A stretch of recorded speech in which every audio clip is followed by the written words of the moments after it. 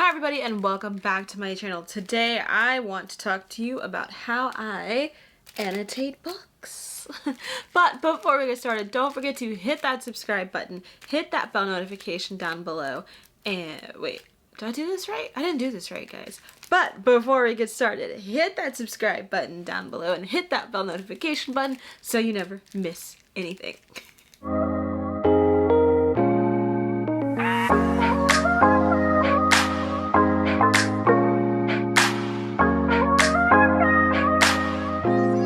Okie dokie, guys, so let's talk about how I annotate books. Full disclosure, I don't. Like, I try to so hard. But most of the time, as you guys know, I don't really read physical books. But I do try often. What did I just do with that book? So, like, I started reading Crescent City on hardback, this one, instead of my Kindle. And so I started to annotate. Okay, using these. I love these. These are really great. They're really small. They're super cheap. They came in a huge pack from Amazon. And they're great. I used them as both page flags and a bookmark. But so I'll tag these down below. I got them on Amazon. Really cheap. I don't remember how much, but like really cheap for a lot. Like I have these scattered throughout bags for school and stuff too. But anyway, but some of you are a lot better at annotating and keeping up with annotating than I am. Also, because I most time read for enjoyment and not critical analysis, that's the other reason why oftentimes I give up on annotating part of the way through. But, so what I did do, don't mind my handwriting, I was writing at a weird angle, was I then put a post-it, in my book and put the color down that I wanted the topic to go with, so I could refer to it to remember what I was doing for each, because I've annotated books in the past or flagged books in the past, because I do not write in books. I can't. My mind doesn't function for that. Was it Souls? No. Wasn't Kingdom of Souls. Hold on. I've annotated books in the past too. Or page flagged books in the past. Ah. Dread Nation. Dread Nation's one. With different page flags. They're a little bit bigger. But I didn't I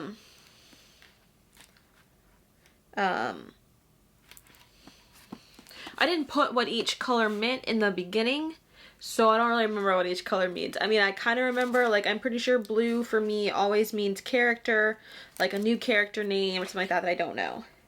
Yeah, so like a new character name. Green, I think, is just general information. Looks like it. Orange, I don't know. Orange looks like good quotes. So I also have these kind, and then pink is always romance. But I do have these kinds I also got off Amazon, but I like these a lot better. More color options too. But I also use it as a bookmark. As you can see, I got pretty far before I DNF'd it. Yeah, I DNF'd Dread Nation.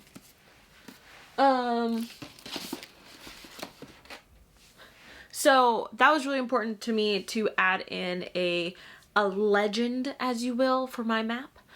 So that way I would know what it was for those of you who are really good at page flagging. I have a hard time taking notes in books, so if you didn't see, someone posted these on Twitter and the whole booktube community just jumped on it because it's so smart. These are translucent sticky notes. You can grab them at Office Depot. I managed to get a lot when they were on sale because they were actually cheaper than they would have been on Amazon. But these things are not that cheap though for a pack of 50.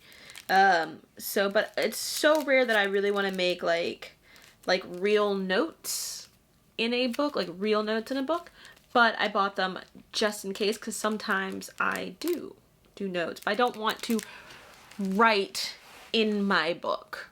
I can't.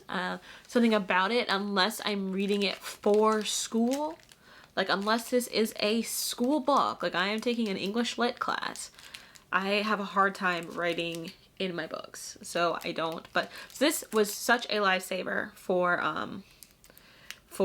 the world and someone putting these out. So thank you to Book Twitter and whoever pointed this out on Book Twitter. I don't remember their handle right now, but thank you so much for pointing this out because these are lifesavers. It came in yellow, translucent orange, and they also have clear. My clears are in my bedroom. I don't have them on me right now. But I will tag the Amazon version down below. I'll also tag them on Office Depot. Like I said, I caught them on sale at Office Depot, so they were a lot cheaper. But I have been just really enjoying these, and they're so bright and they're so colorful, but they're translucent on the page, so you can just like lay them straight across the writing. I'll show you again. I am the one they call king. Yeah. But they're like a good type of translucent on the page to where it's like, it looks like highlighter. Like, cause I use these sometimes in textbooks too, to where if you wanted to like put a couple down, you could literally just like put a couple across the middle of the page and they look like a good highlighter instead of just like a page flag. So it gives you the illusion of writing. And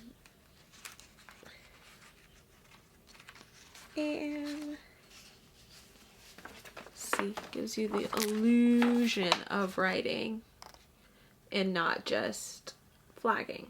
So something to think about. But on my Kindle, I do take a lot of highlights on my Kindle. I do take a lot of highlights on my Kindle. I do highlight more on my Kindle because it's a lot easier for me to do it and keep going. And then if you're reading on Kindle for iPhone or Kindle for iPad, you can also color code those if you really want to.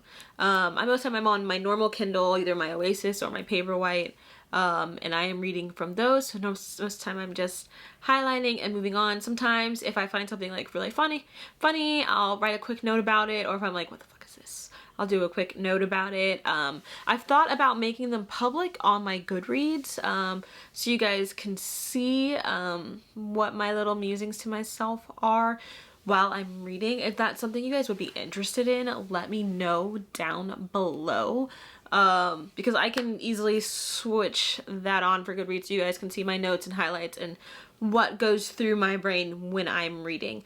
But like I said before, I don't really read for critical analysis, which I have a whole video about, but I don't really read for critical analysis. I read a lot of times for enjoyment. And so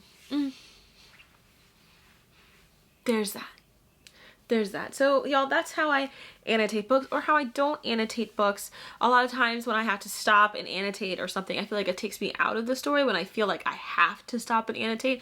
So most of the time when I'm annotating, it's because something really stuck out to me, whether it's just a quote that I am in love with, whether sometimes I like to highlight the character names, so when I am going back for reviews, I can easily remember the character names, because I don't know how many times I've actually forgotten a main character name just because I've already read a couple of books in between then and when I read it, in between the time I read it and the time I reviewed it.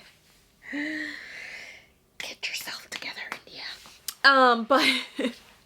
But yeah, so just some things to think about. Like I said, I've had many page flags in my life for school because I love using them for school, but so far these are my favorite, and I've been using them with my nursing school stuff too. So these are awesome, and they're just so tiny, and they're so cute, and there's so many colors. I love all the colors. So they make me happy to look at. But anyway, guys, that is how I annotate or don't annotate books. So let me know how you annotate books down below, or if you do or if you don't, why you do or why you don't, because I am curious to hear and I'm curious to know. So don't forget to hit that subscribe button down below, hit that bell notification button so you never miss anything. Follow me on all of the social media so you can always see what I am doing, and until next time, keep turning the pages.